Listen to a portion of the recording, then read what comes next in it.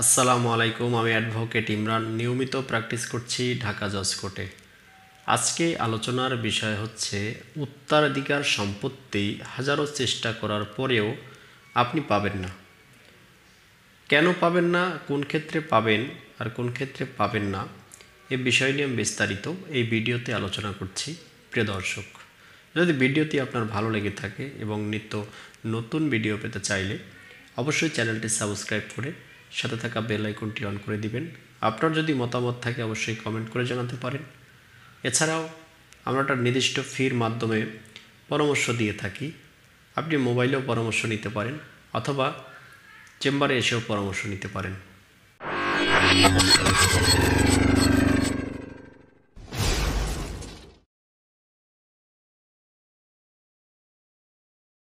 প্রিয় দর্শক, আপনার বাবার সম্পত্তি আপনি যদি পান তাকে বলে পৈতৃক সম্পত্তি বা ওয়ারিশ সম্পত্তি।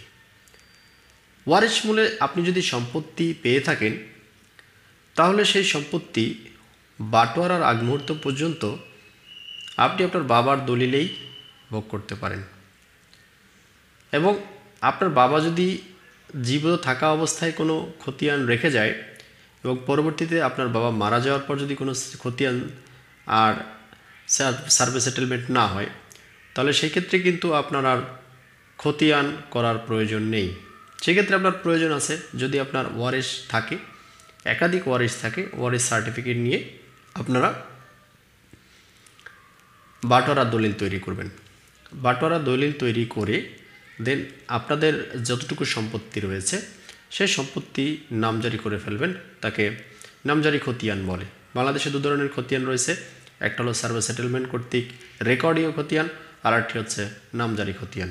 যদি আপনি রেকর্ডীয় খতিয়ানের মালিক না হয়ে থাকেন সেই ক্ষেত্রে আপনার নামজারি খতিয়ান সৃষ্টি করে আপনার খাজনা পরিশোধ করতে হবে। প্রিয় দর্শক, এখন আপনার ওয়ারিশ আপনি, আপনার বাবার ওয়ারিশ, কিন্তু আপনি আপনার ওয়ারিশ সম্পত্তি পাচ্ছেন না। এ নিয়ে আমাদের কাছে অনেকেই প্রশ্ন করে যে বাবার ওয়ারিশের সম্পত্তি, কিন্তু আমি ওয়ারিশের মালিক হতে পারছি না, আমি সম্পত্তি পাচ্ছি না। কেন পাচ্ছেন না? বিষয় কি?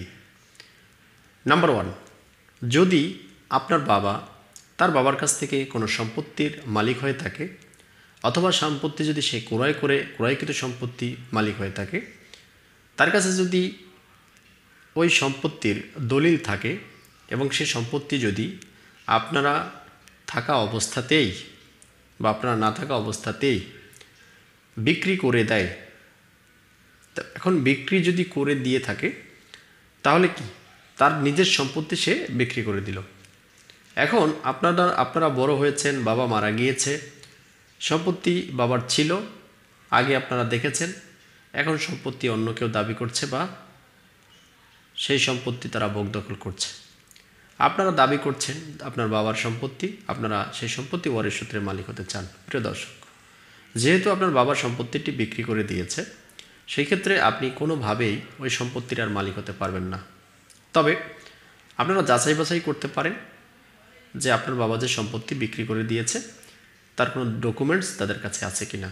কারণ এই মুক্তিযুদ্ধের আগে অর্থাৎ দেশ স্বাধীনতার আগে আপনারা কিন্তু অনেকেই মৌখিকভাবেই সম্পত্তি দিয়েছে, এমনভাবেই মানুষ বলে থাকে যে মৌখিকভাবে সম্পত্তি আমাদেরকে দিয়েছে, আমরা সেই সূত্রে সম্পত্তির মালিক।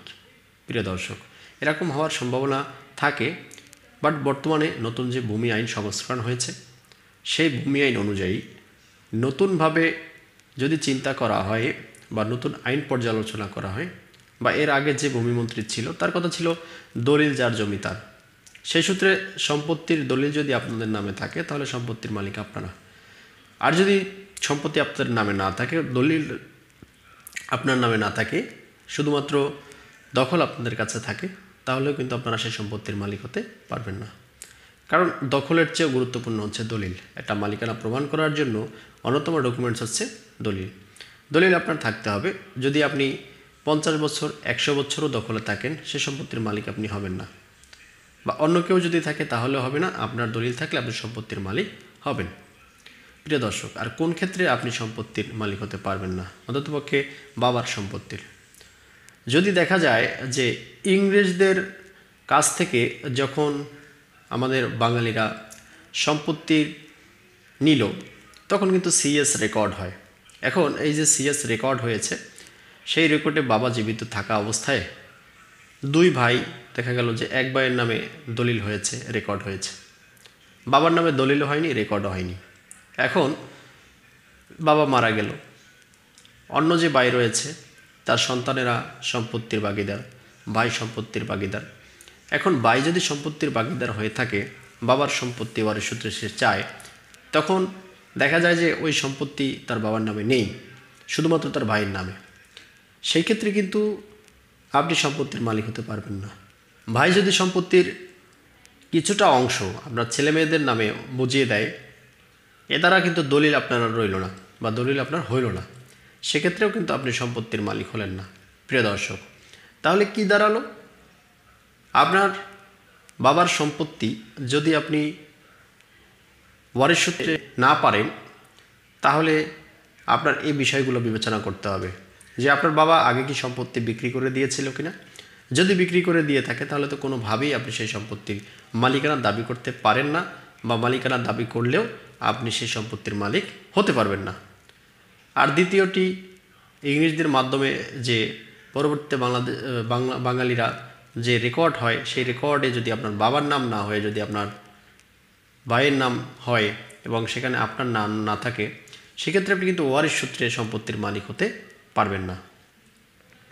প্রিয় দর্শক, তবে যদি আপনার বাবার যে সম্পত্তি রয়েছে, ধরেন এক দাগে 20 কাঠা সম্পত্তি রয়েছে, আর এক দাগে 10 কাঠা সম্পত্তি রয়েছে, এরকম 2, 4, 5টা দাগ আছে।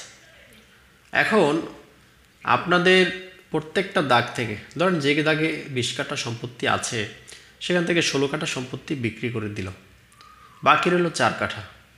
এখন আপনার বাবা মারা যাওয়ার পরে যারা সম্পত্তির দখলে আছে বা যাদের কাছে সম্পত্তি বিক্রি করে দেওয়া হয়েছিল, তারা 16 কাঠার জায়গায় 20 কাঠাই খাচ্ছে, এবং তারা দাবি করছে যে তাদের কাছে 16 কাঠা নয়, 20 কাঠাই বিক্রি করে দেওয়া হয়েছে। এরকম যদি দাবি উত্থাপন করে, সেই ক্ষেত্রে আপনারা মামলা করতে পারেন নতুন আইনে। তখন মামলা করলে আপনি আপনার যে ডকুমেন্টস রয়েছে, সেই ডকুমেন্টস দিয়ে পরবর্তীতে আপনারা জরিপ করে যদি দেখেন যে আপনারা ওখান থেকে সম্পত্তি পাবেন, সেই ক্ষেত্রে আপনারা ওই সম্পত্তির কিন্তু মালিকানা দাবি করতে পারবেন, ওয়ারিশ সূত্রে আপনারা সেই সম্পত্তির মালিক হতে পারবেন। প্রিয় দর্শক, আমার মনে হয় আপনারা এই ভিডিওর মাধ্যমে আপনাদের যে প্রশ্নগুলো রয়েছিল এতদিনের, সে প্রশ্ন উত্তর পেয়েছেন। আর যদি নতুন কোনো প্রশ্ন উত্থাপন হয়ে থাকে, সেই ক্ষেত্রে আমার সাথে যোগাযোগ করতে পারেন। প্রিয় দর্শক, আমার সাথে যোগাযোগ করার জন্য অবশ্যই স্ক্রিনে দেওয়া নাম্বারে যোগাযোগ করতে হবে। ভালো লাগলে অবশ্যই লাইক, কমেন্ট, শেয়ার করবেন। আপনাদের একটি লাইক, একটি কমেন্ট, একটি শেয়ার কিন্তু আমাদেরকে অনুপ্রেরণা জায়গায় নতুন ভিডিও তৈরি করার জন্য। প্রিয় দর্শক, নিত্য নতুন ভিডিও পাওয়ার জন্য অবশ্যই চ্যানেলটি সাবস্ক্রাইব করবেন। পরবর্তী ভিডিও দেখার আমন্ত্রণ রইল। সেই পর্যন্ত সবাই ভালো থাকবেন, সুস্থ থাকবেন। আপনাদের সুস্বাস্থ্য কামনা আমি অ্যাডভোকেট ইমরান। আল্লাহ হাফেজ, আসসালামু আলাইকুম।